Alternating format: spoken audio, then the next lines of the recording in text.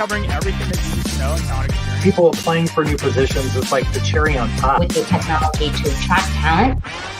Recruiters always know their best talent. The AI just learns to use that information. Inclusion efforts across the organization. Tell me what it's like to work for through associate story. Interviews with leaders in the industry.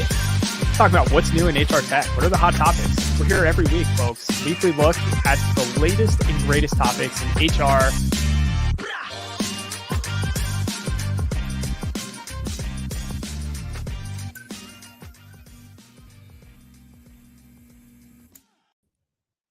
Welcome to Talent Experience Live, the greatest show on the internet. Definitely the greatest show with the best intro and outro music. I mean, that intro music gets my head pumping every single week. So shout out to our team for putting together some great pre-roll clips. This is the best place to be every week. If you're a recruiter, a sourcer, a talent marketer, a people manager, we are here to bring the experts to you, wherever you may streaming from, to help you level up your game day in and day out. I'm your host, Tom Tate, on the marketing team here at Phenom. And if you're just joining us, we go live every Thursday at 12 p.m. Eastern on LinkedIn, YouTube, and Facebook. Be sure to like, subscribe. If you're on YouTube, hit the little bell so you get notified. We want to make sure you never miss a beat. We love being here and we love having you here as well. A little quick tip. If you have an Apple device, you can just say, "Hey Siri, remind me to watch Talent Experience Live every Thursday at 12 p.m. Eastern." It's a quick little tip there. I want to hear from you, though. I want to hear who's tuning in today. I always like to say I have the benefit of working for the internet. I get to engage with people all across the globe, which is super exciting. And we have audience members who tune in from the UK, from the Netherlands, from the US, from Canada. So let us know in the comments who you are, where you are, what you do. This is also a great time to network with other folks in the comments as well. You might meet some great people. So let us know in the comments. Would love to hear from you. We also want to know what topics you want to hear us cover on future shows.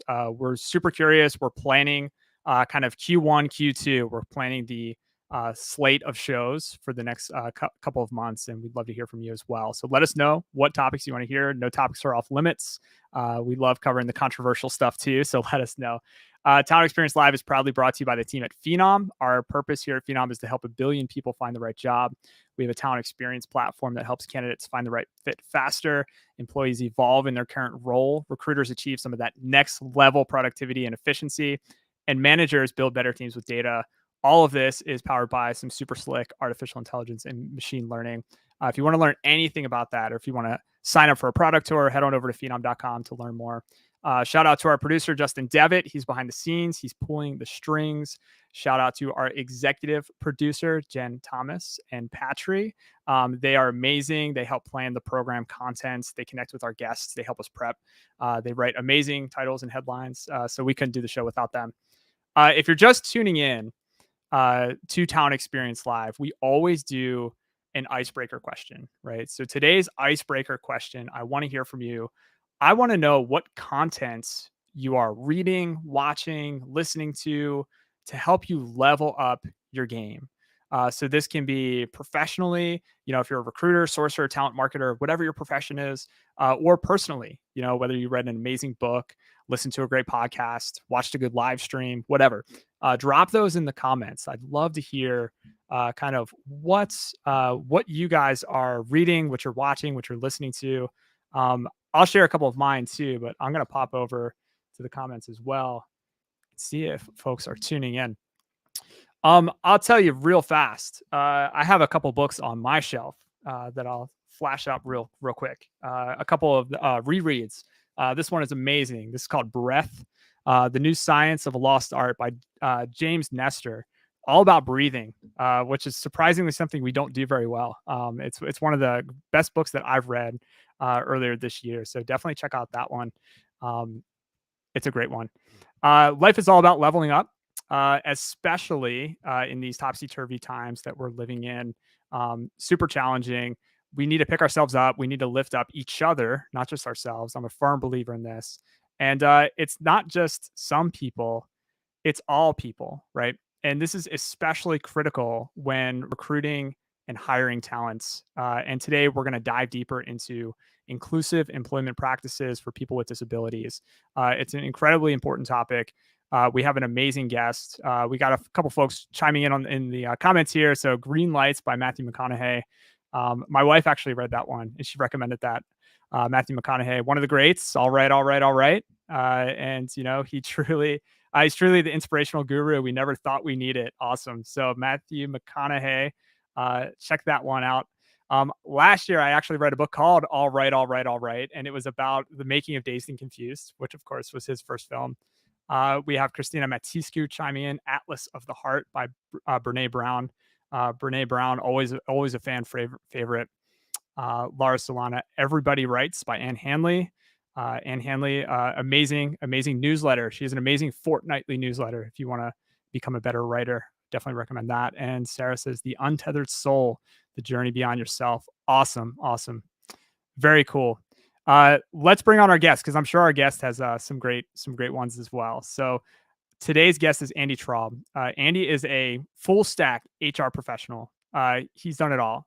He's currently the president and founder of Traub and Associates Consulting, but he's had decades of experience in HR management, in the entertainment industry, in agriculture, in staffing industries. Hiring people with disabilities is a clear focus of his. We're going to dive deep into it, promoting workforce inclusion. This is Andy's area of expertise, and we are so excited to have him on today's show. So let's do it. Let's jump right into today's show.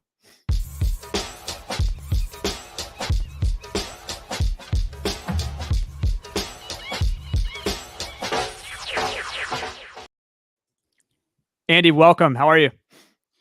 Good afternoon. I'm doing great. Thank you. Awesome. So Andy, I always love to turn that icebreaker on to our guests. Are there any books you've read, articles, podcasts, anything that you've listened to, watched to help you level up in your life in some way? So a couple things. One is Green Lights is fantastic. Patry was spot on.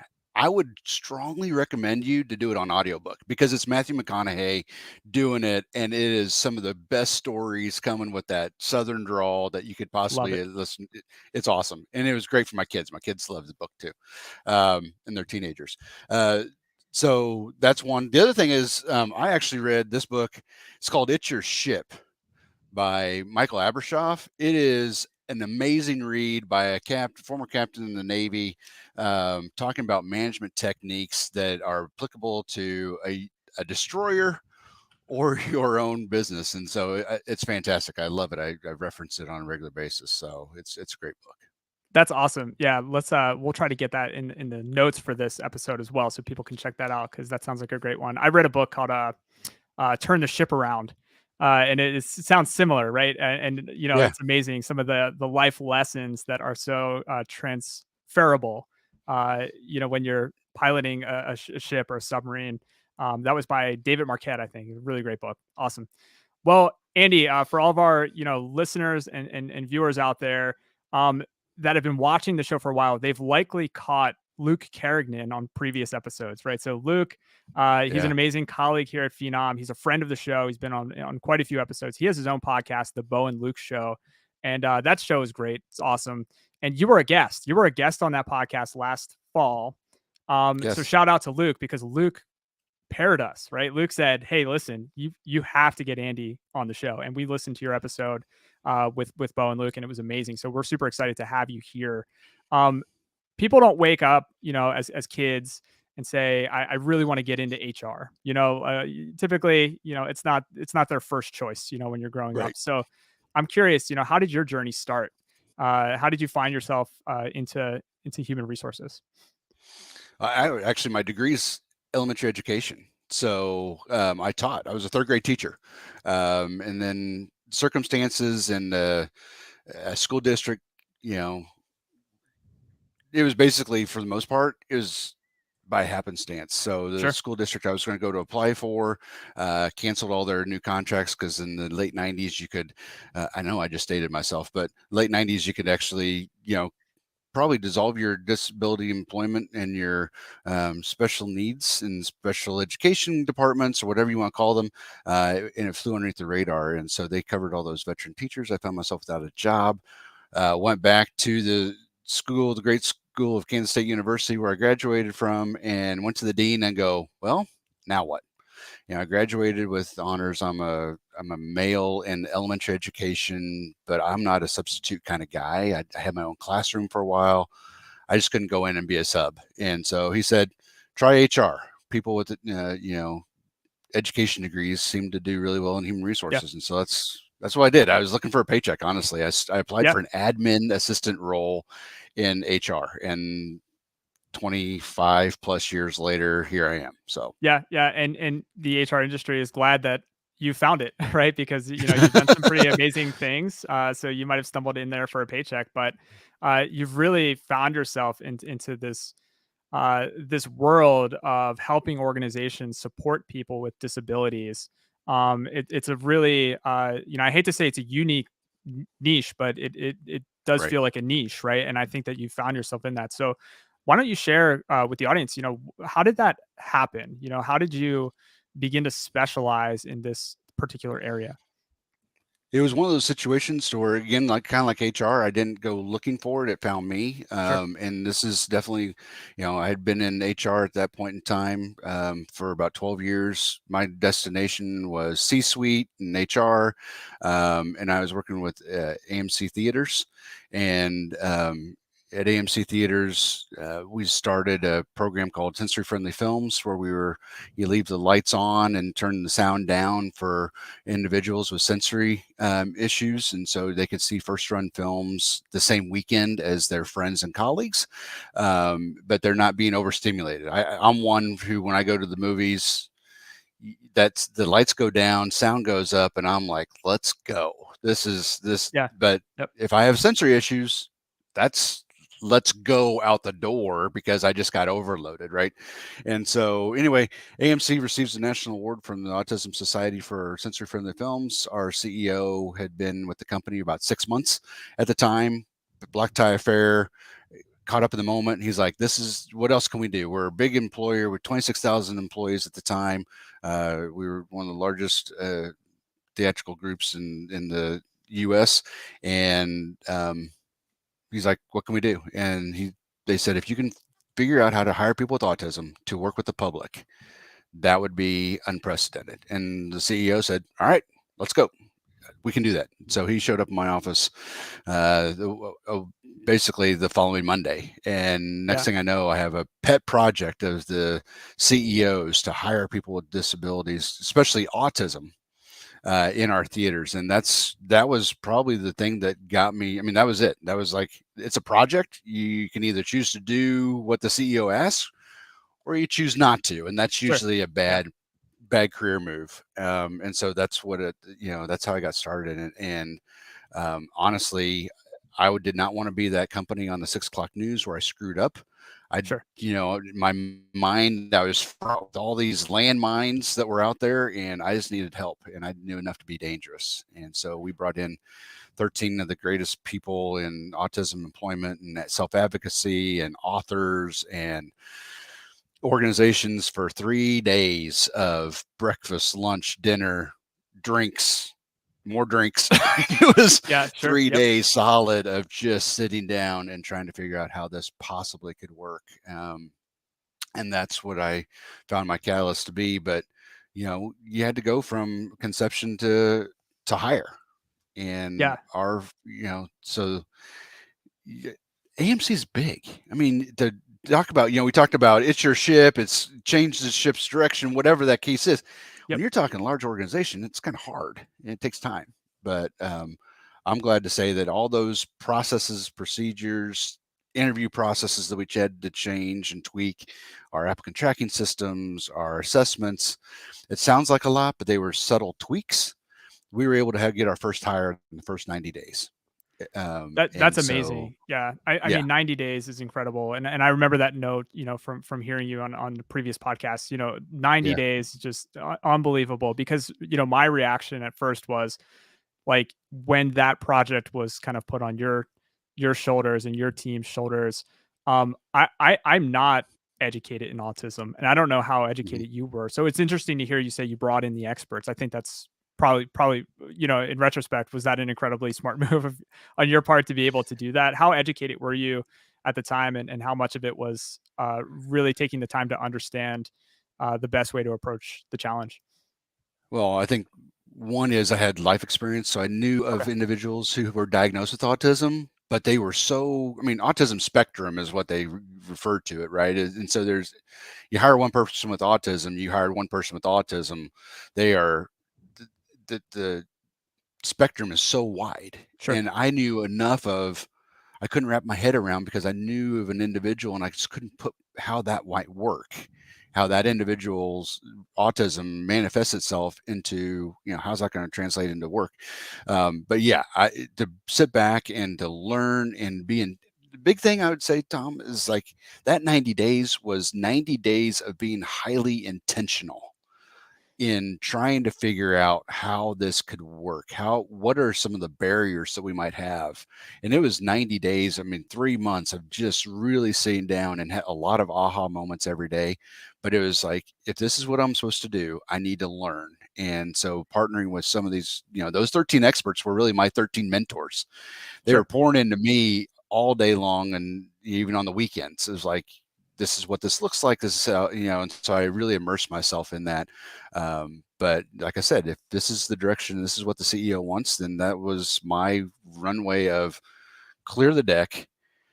This is what you're working on and get her done. So, yeah. Tell us about that first hire. 90 days, you make the first hire.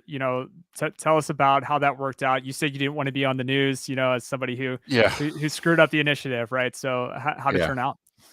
So this is, if there's any time when, in the past 12 years now that I've been doing this and things are going bad, things are going rough, I refer back to my first hire, and that was Kyle.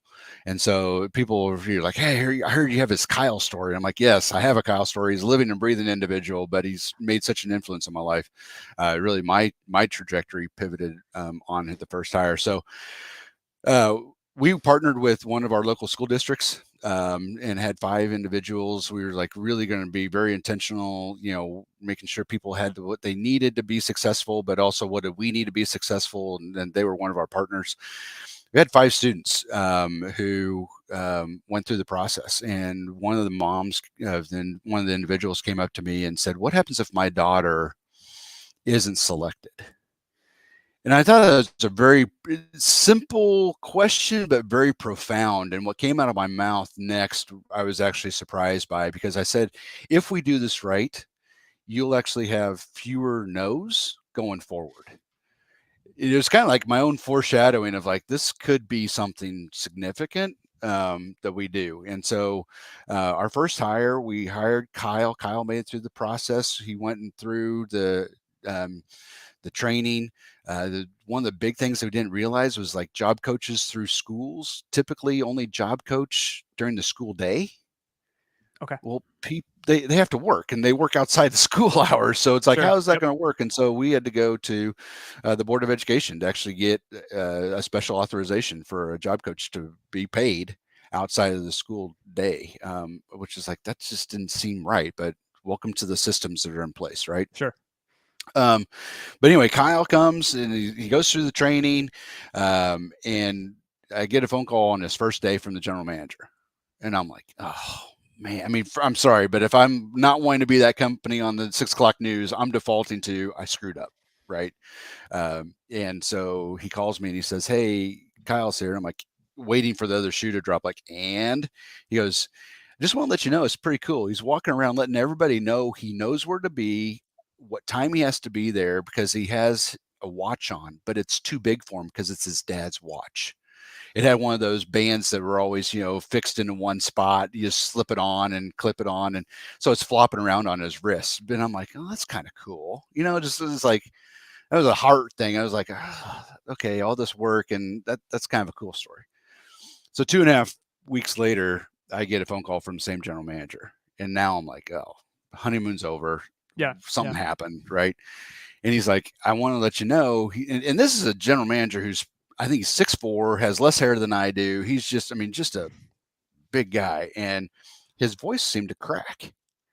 I'm like, are you all right? What happened? Because I'm thinking this is a bad call. And he said, Kyle is walking around today with a watch that fits and telling everybody he's so excited because he was able to buy his own watch. with his own paycheck that he earned from us. And I'm like, okay, my perspective, my point of view totally expanded. And it's like, wait a second, we have the opportunity to not only, this project that I did not realize was going to become my passion and my profession married up to Yeah. now then I was going to be on missions. Like, this is cool. And then about I think about 6 weeks later, we changed the way we did our assessments of our talent. And come to find out that, it's going to be observed for 15 minutes. We're just going to observe our team and we're going to have a checklist. I'm like, okay. And everybody's like, well, people with people with disabilities, is Kyle going to be able to make it? I'm like, you have to set the expectation and we'll just see what happens. And in the back of my mind, I'm like, oh boy, I don't know. Anyway, get a phone call from Shane again. And he's like, I did Kyle's assessment 3 days ago. And I'm like, okay. And he's like, he scored 100, a perfect assessment. And I'm like, Yeah. really? He goes, yeah, the first one in our theater.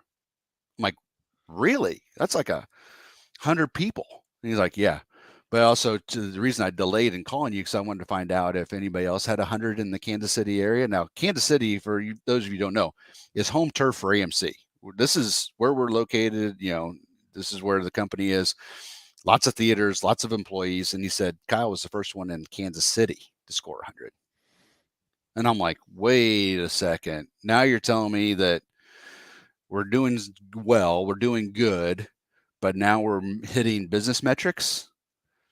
And then come to find out that Kyle was the first one in the Midwest region, which actually went at the time from St. Paul, Minnesota to San Antonio, Texas to Denver, Colorado, over to St. Louis, Missouri. There's a lot of employees, and he was the first. Yeah. Wow. So it's like, okay, so first hire, we're doing good, because if you do it right, you do it intentionally, you do it for the right reasons, and you make sure you're hiring qualified people, it plays out into all the business metrics that anybody could ever possibly want. Retention goes up, engagement goes up, and then of course you're hiring talent that performs. So yeah, that's my Kyle story. Sorry to be long-winded. No, not at all. I mean, it's such a great story. And last week on the show, the topic came up, and I don't like to over romanticize this, but recruiters, sourcers, talent managers, HR in general, we do have the power to change lives, right? Mm-hmm. And it feels like such a bold, lofty, big Yep. statement, and maybe a pat on the back statement, but it's not meant to be that. It really is this unique position where you have the ability to impact individual lives on such a monumental level. We did have a good question come through from Christina, just saying, Mm-hmm. such an amazing story.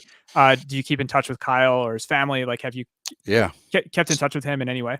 Yeah. So ironically, about 6 months after Kyle started, his mom and dad asked to take me to lunch, and that was kind of awesome. another opportunity. Like, but they said, and to your point, we have the power to impact people. And when you hire individuals with disabilities, you not only impact an individual, you impact a family. And the mom and dad basically told me at that lunch, and it took me, I mean, it was almost a crushing statement to me, but it was, we realize that we are no longer having conversations about what's going to happen to Kyle when we pass. He's going to be okay. Yeah. He has a paycheck. Amazing. He's moved out of the house, because at the time they were having an architect come in and try and figure out how they were going to get another entrance into the house so Kyle could have his own kind of separate space, but still be at home. He moved out. He was he has roommates. I mean, now granted, he's in a living situation that's conducive to what his needs are, but he has roommates. And so, yeah, so I've been able to stay in touch. I don't see Kyle all the time. I did run into him about 3 or 4 months ago at a restaurant, and he's dating. I mean, he's still there. He's, and people are like, well, okay, that's great. He's a park and stay. No, Kyle's moved up. He's been promoted. He's a lead. I mean, like, this is all good stuff. And so, yeah, so Kyle, I have been able to stay in touch on the peripheral. Sure. But yeah, especially since I'm no longer with AMC. But yeah, he is my high water mark, and I'll talk about that all day long. So Yeah, yeah, it's such an amazing story. So, Andy, let's get into kind of the nitty gritty. Now let's talk about specifically for all of our viewers today. If you're watching on the replay, um, I want to leave everybody with some real actionable, tangible ways that they can start to have the same impact, that they can start to take the same chances, and do it intentionally and do it right. with the right motives, but also the right approach, right? And I Yeah. think you're the best expert to have on the show to help us with that. Um, One of the things I wanted to do is just kind of level set definitions, because there's so Yes. many different terms that are thrown out. And I actually think that, and I'd love your opinion on this, I think accessibility is kind of a loaded term, Yeah. because a lot of it is something I have to do. Maybe it's legally bound, like Hmm. legal gets pulled into it when it probably shouldn't, right? Right. And is it limited to just what I have to do versus what I should do? um are there defined groups and conditions that I need to study, and kind of have like a Right. cheat sheet? um and then accommodations is a totally different thing, a totally different term, that we hear as well. So can you just quickly walk through kind of the differences between accommodations, accessibility, and any other common terms that we should know in the space? So yes, so let's start out with accessibility, right? It's something that's like, okay, it's a term that we use a lot in HR. It's like we need to be accessible. When you're doing those accessibility audits, basically is what it is. It's like, okay, we did what we refer to as buy the ticket exercise. And this is an opportunity that I would say that anybody can take. So whether you call it a secret shopper or whether you call it a buy the ticket exercise, what you're doing is you're putting yourself in the place of a candidate going through your entire process of, first of all, am I reaching the right talent, the people that I'm looking to hire? What barriers are there to the employment process, whether it be an applicant tracking system? Our ATS, we as HR professionals, we live and die by our ATS anymore because we have to track so much. But if I'm an individual and it takes me a while to go through the application, does my application time out? Do I have to log back in? You have no idea how frustrating. I mean, we get one bite of an apple, right? From a company's perspective, because there's so many jobs that are out there. If I'm looking for the right talent, I'm looking for, I need you to get through the applicant track, the ATS. Does the ATS have a help button? In case you need assistance helping or assistance filling out your application, click here. Sometimes it's a link, sometimes it's an email, sometimes it's a phone number. Go through that process and find out. That's like, unfortunately, when I go work with companies, that's one of the first things we do is we just like, let's just figure out what barriers are. You'll be surprised at the lack of turnaround time on that link. That link will go to like an info box, right? Nobody's manning it. It'll go to a voicemail box most of the time, and it won't, we've actually clicked on it and it's been 9 weeks before we actually got somebody to get a hold back in touch with us. So it's put yourself in that position and do an audit, right? And go all the way through. That's a practical step, but also then it's onboarding. What does the interview process look like? What does the onboarding process look like? And from a lens of purely accessibility, and sometimes, so that to me is accessibility opportunities. The accommodations are, what are the things that I need to offer to an individual who might need a help? And that accommodation can be at the beginning of the application stage, or it could be on the job. And so I think that's one of the things that the accommodation process is a very legal, policy-driven process within organizations. My thing is we have to back up from some of that legalistic pieces and say, this is a job aid. You need an assistance that I can give to you as an employer to help you be successful and perform the essential functions of your job. Why is it taking me 6 weeks to try and figure this out? If one of my, employees comes in and they are a weekend warrior out on the softball field and they hurt their back and they need a stool, how long is it going to take me to get a stool for them? Probably like that, right? So why is it that we have to, that's an accommodation. It's a short-term accommodation for a short-term disability. But so it's really, when we get into accommodation, we get legal. I'm not saying legal doesn't need to be involved in some of them. I'm just saying that we need to become more receptive in the accommodation side. So consider it a job aid. right? It kind of flips my mind a little bit. The other thing is, from a practical standpoint, is don't go into disability employment as looking like this is a charitable situation. I feel bad for those individuals. So, Kyle, I like you. I feel bad for you. So come work for us in an environment that I'm not even sure you're qualified for. Don't do that. So, three things that I always, and it's same job, same pay, and same expectations. And with those three mantras, when you have that frame of mind, when you're talking about hiring, right? Now I'm like, it doesn't matter what your disability is. If you can perform the essential functions of the job with or without reasonable accommodation, you're qualified for the role. So that's one of the things is like, don't hire for charity, but that gets back to being intentional about the talent you're looking for. Hire qualified people. And it's like, well, you need 5 to 10 years experience. Let's look at our job descriptions. Do we really need that in some of the roles?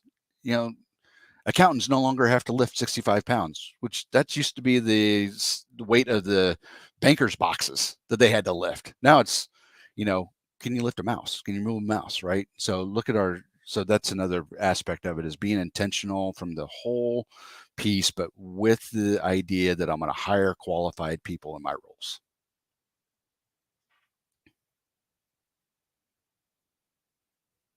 Oh, I think, Tom, you're on mute. Nice. First time caller here. So, everyone is talking about, this talent shortage today, so it's amazing. Yes. It's amazing that there's such a focus on not being able to find good talent. Meanwhile, there is this substantial pool of eligible talent. And to your point, same job, same pay, same expectations. And in Kyle's case, scored 100, in his performance score, in his evaluation. Why do you think companies are resistant, to maybe, push further, and start to dive deeper and work harder to provide this kind of accommodating and accessible acquisition ethos? I think part of it is the fact that it requires some effort, right? Sure. I can't just streamline. I mean, I can streamline as much as possible. It's going to require some intentional conversations. I'm going to have to communicate with somebody. So if you can't perform X function of your job, what do you need? Well, most oftentimes, the employee is going to tell you what they need because they've been needing accommodations or some additional assistance, or they figured things out on how to do things much more efficiently than the rest of us because they do it every day, not just on the job, right? So that's one. I think the fact that we lack the intentionality. Two is we lack the communication and understanding. Managers know how to have those conversations. I think HR, I love our HR family, Sure. but part of our HR responsibility is to keep our organizations out of court. Yeah. Right. And so we put policies and procedures in. So we've actually, over the years, have marched in the fence post to a tighter and tighter and tighter pathway, when in reality, we need to free those back open.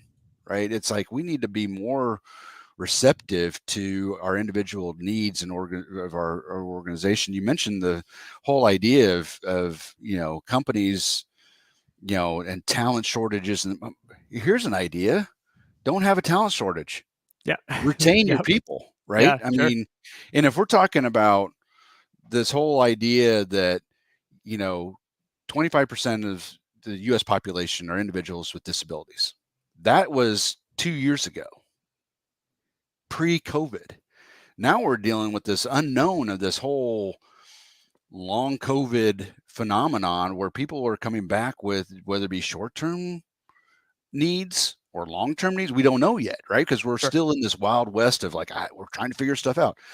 So my thing is, don't let the great resignation impact your company, because now you need to have some intentional conversations with your people. But it's not about, oh, I think Tom might have an issue, so I'm gonna go talk to Tom. It's like, no, we have to create this culture. Yeah. Where we're talking about the needs and people and the differences, and people are going, what's we talk about with diversity? I get that, but disability is a forgotten diversity segment that any member of any other diversity piece can join at any given time. And some of us are finding ourselves in that. It's like, man, I just can't think, or my endurance is low, or whatever. So my thing is, retain your talent. Start your culture of accommodation. Start with, what do you need to be successful? If I'm a manager, I'm no longer managing widgets. I'm managing people, and I'm asking you, what do you need to be successful? Because if you look at how much money we spend as organizations to hire people, that's an investment we've already made. Why are we not going that next step to keep that talent in house? And so there's a statistic out there that really kind of shook me when I first heard it years ago, is only 17% of the people with disabilities are born with them. Simple math is 83% then are going to acquire them later in life. Yep. And a high probability they're going to acquire them during the time that they're an employee of yours. So what am I going to do? Is that employee who, finds themselves with a condition that prevents them from doing their greatest at work, is their first thing going to go talk to my manager and say, I need some help, or I need an accommodation, or I need a job aid? Sometimes no, because there's a cultural fear. It's like, I don't want to lose my job because I can't do this. It's like, okay, if we turn the culture around and say, we want to retain you, we want you here, we want you to be a 30-year employee, what can we do to help you be successful? That's a different conversation, and it's inviting versus, well, I'm gonna have to go find someplace else because I'm losing my sight, my vision, my my hearing, or whatever that might be. Yeah, and I love that you're, kind of mentioning it has to be baked into kind of the cultural fabric of the whole organization. One of the shifts that we've seen over the past couple of years is retention is no longer just a CHRO issue, right, or an HR issue. It has truly become a CXO issue. From the CEO to the CFO to the CTO. If you have a C in your title, you're invested in the retention of your people, and the performance of your people as well, and the happiness of your people. So has that been your experience too, especially over the course of the pandemic? Have you started to see more C-level eyes and ears perk up, to make some of these changes? Oh, absolutely. The Great Resignation, if it doesn't scare a company into doing right, but I think that a lot of, we were already, before the pandemic hit, we were already faced with baby boomers heading out. Well, baby boomers are taking with them a ton of intellectual property and experience that we're not going to be able to. I can be the best recruiter in the world and get you a new person within a short period of time who meets all the qualifications of the job, and I still can't replace that talent because they have the experience that I cannot replace. I can hire 5 people for one, and I still won't be able to get that experience for you. So I think there was already kind of like well, now the pandemic and the COVID and all that stuff, it's like it accelerated a lot of that concern. And I think that companies, what I found is, we're having more higher level conversations with people who are championing the cause of disability employment and making sure they're retaining people. And to your point, if you had a C in your name, those are people who are now reaching out going, can you help us? And I'm going to put you in contact with so-and-so, but keep me posted on how this is going. So it really is, it's a business need. I mean, it doesn't take us, you just drive up and down your restaurants, right? Your hospitality, or, anybody who has a marquee, and I'm saying odds now are help wanted. Or I even saw one business said, we'll open back up when we find good talent. And I'm like, in my mind going, but you're looking in the wrong pools. Right. Yep. Right. You're looking in the mainstream pool, but you have all these individuals with, who are very capable, that we have to tweak our lens and how we evaluate talent. So yes, I think it's businesses right now. There's the logistics side. We have a logistics issue, but we also have a talent issue that companies are really taking a hard look at how to do things differently.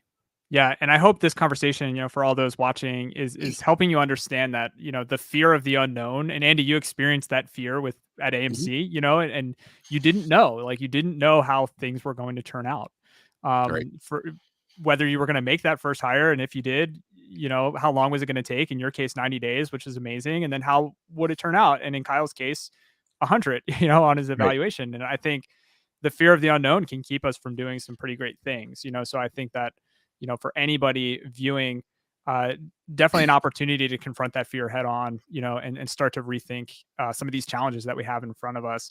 On the retention piece, I do have one quick question, and then we'll start to Mhm. wrap up the conversation. But for managers, for all the people managers out there, myself included, how can we be? What's one way that we can really be more inclusive and accommodating, short of just asking? I know that's probably the best Right. way, but um, is there a cadence? Because obviously, we don't want to, do a drive by every single day, or every Right. afternoon, say, the same question over and over again. So, what are your general thoughts on at the front lines, how managers can help improve this to better impact retention?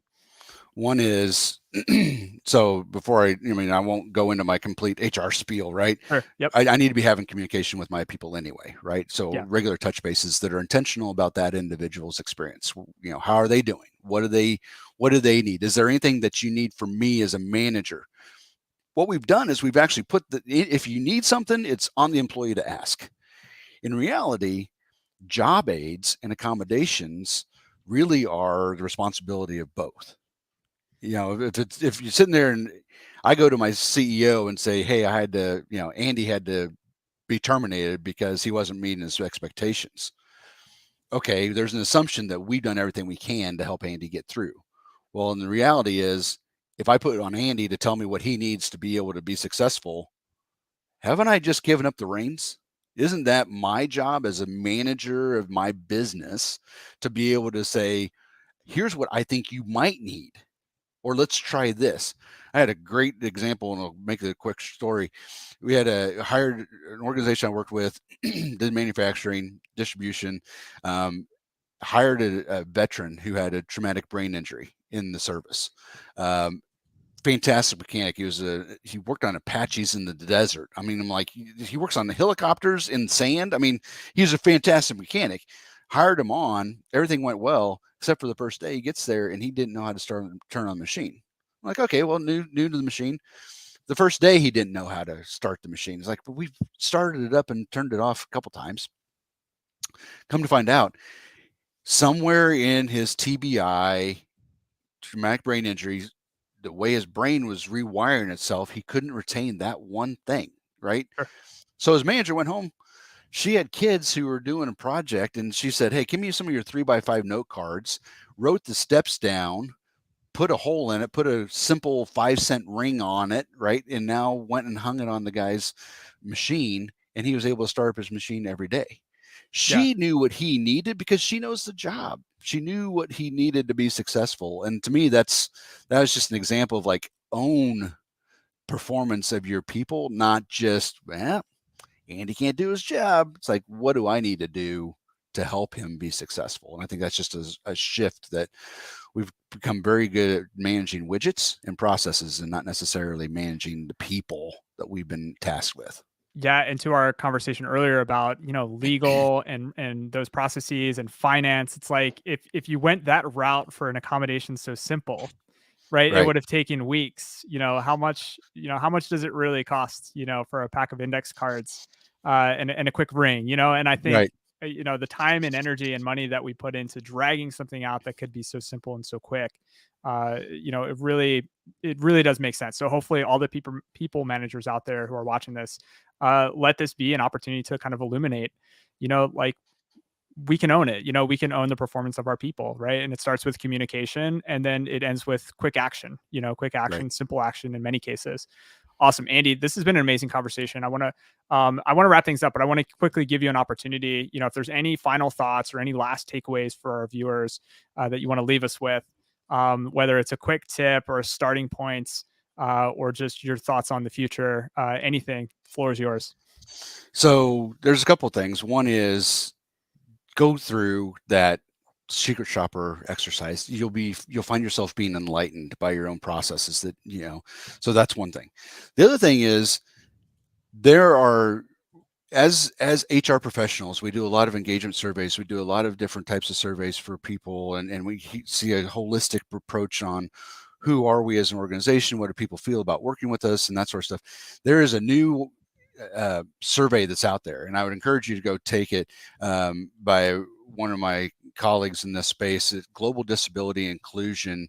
It's called an Amplify survey, and it is a survey that actually helps you understand the people with disabilities or people who have disabilities within your organization, how they feel about your organization. And that is, it's been an eye opener for a lot of companies. I've taken it now just so they understand the engagement of I have overall engagement, but what about this niche? What about this possibly the 83% of people who are going to be able to age into a disability? I need to know what my culture is. And so those are probably a couple of those things that's like, I just encourage you to do, go out and take a look at that survey, even some of the results they've had.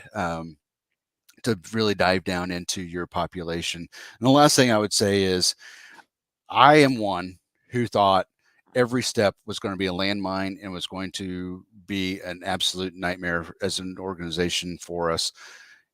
The funny thing is, most of those were in my head, right? And so go out and be intentional about going. I brought in 13 experts when I started this whole thing. There are people out there who can help navigate that.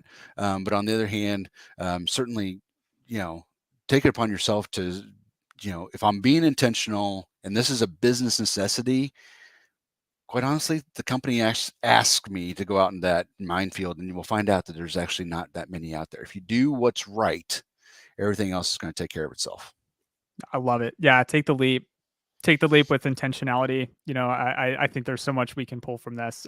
Andy, thank you so much. What is the best place for folks to find you on the internet if they want to reach out? Yeah. Maybe they want to work with you. Maybe they just want to thank you. And I would encourage all of our viewers, give Andy a shout, thank him. I appreciate you coming on the show. And what's the best way for people to get in touch? So they can get, I'm on LinkedIn, Andy Traub. I'm in Kansas City. On the other hand, you can send me an email at andy@winning-workplaces.com. You can also go onto the website there and see some of the other things that we do. But yeah, this is definitely near and dear to my heart, and there is no question that's outside of bounds. I've heard them, and I'm all here to help. So anything I can do to help out. So Andy@winning-workplaces.com. Go to our website there, or, find me and follow me on LinkedIn. I'll be more than happy to connect with you. Love it. Andy, thank you so much. This has been amazing. Fantastic guest. And also, check out Andy's interview on the Bo and Luke show, another great episode. And I hope that people take it. Oh, awesome. We got your email address right up here. So Andy@winning-workplaces.com. Is it winning-workplaces? Is that correct? Winning-workplaces.com. Awesome. Cool. So here's Andy's address. Feel free to reach out if you need Andy in any way. Really appreciate it. Andy, I know you have a trip coming up. Enjoy your trip, right? Thank you. You're so close. You're so close. And I really appreciate you taking the time with us today to drop some knowledge and share some of your amazing stories. And enjoy your trip. And hopefully we'll catch up on a future episode. Oh, thank you. And I think thanks to the folks at Phenom. Fantastic. Thanks, Tom. Awesome. Thanks, Andy. Well, there you have it. Andy Traub, amazing storyteller. I know Patrizia put that in the comments here. So if you have any amazing takeaways from Andy's stories and Andy's words of wisdom here, feel free to drop those in the chat. Would love to hear it. If you're watching the replay, would love to hear your feedback too. We get a lot of amazing commentary during the live stream, but we're never quite sure who's watching the replays. We see the numbers, but we're not sure who's out there. So feel free to drop some comments. Let us know if there's any key takeaways, anything that you really appreciate it. And hey, if you're not sick of me yet, I'm hosting a webinar next week that I'm really excited about. 5 practical ways AI, artificial intelligence, can solve common HR challenges. And I know that AI is super dense, right? AI can be a very dense, complicated topic. It can scare people away. The goal of this webinar is I'm going to break AI down in 5 practical ways without all the technical jargon and all that stuff. So I'm going to keep it very simple, very easy to understand, and very applicable to your everyday, what you do. So I'm going to leave the technical stuff at the door. So definitely check that out. Super excited for that one. And then next week on Town Experience Live, we have Mark Brooks Lewis. He is the founder of Lava Source HR. We were on Zoom earlier this week prepping for the episode. super sharp, super friendly individual. He was calling in from London. He's really going to illuminate what we mean when we say things like the golden age of HR. What do we actually mean when we say that? What does it look like? And honestly, what's keeping most of us in HR from actually getting there? You might be surprised by some of his answers. So I'm really excited for that. Drop a quick reminder, maybe a calendar reminder for Talent Experience Live every Thursday at 12 p.m. Eastern. We love being here. We also want to get to know what topics you want to hear. So let us know in the comments as well. If there's any topics you want to hear, anything you want to learn, any experts that you want us to talk to. If you have contacts, if you are an expert who wants to be on the show, let us know. Reach out to us. You can connect with me on LinkedIn, Tom Tates. I'm from Philadelphia, easy to find, Phenom. Connect with me. Let me know. My inbox is always open. Just mention TXL so I don't mistaken you for one of those cold calling spammers. But I'd love to hear from you on LinkedIn as well. As always, thank you so much. Thank you for all those who are tuning in. We've got Blake, we've got John, Patry, of course, Christina.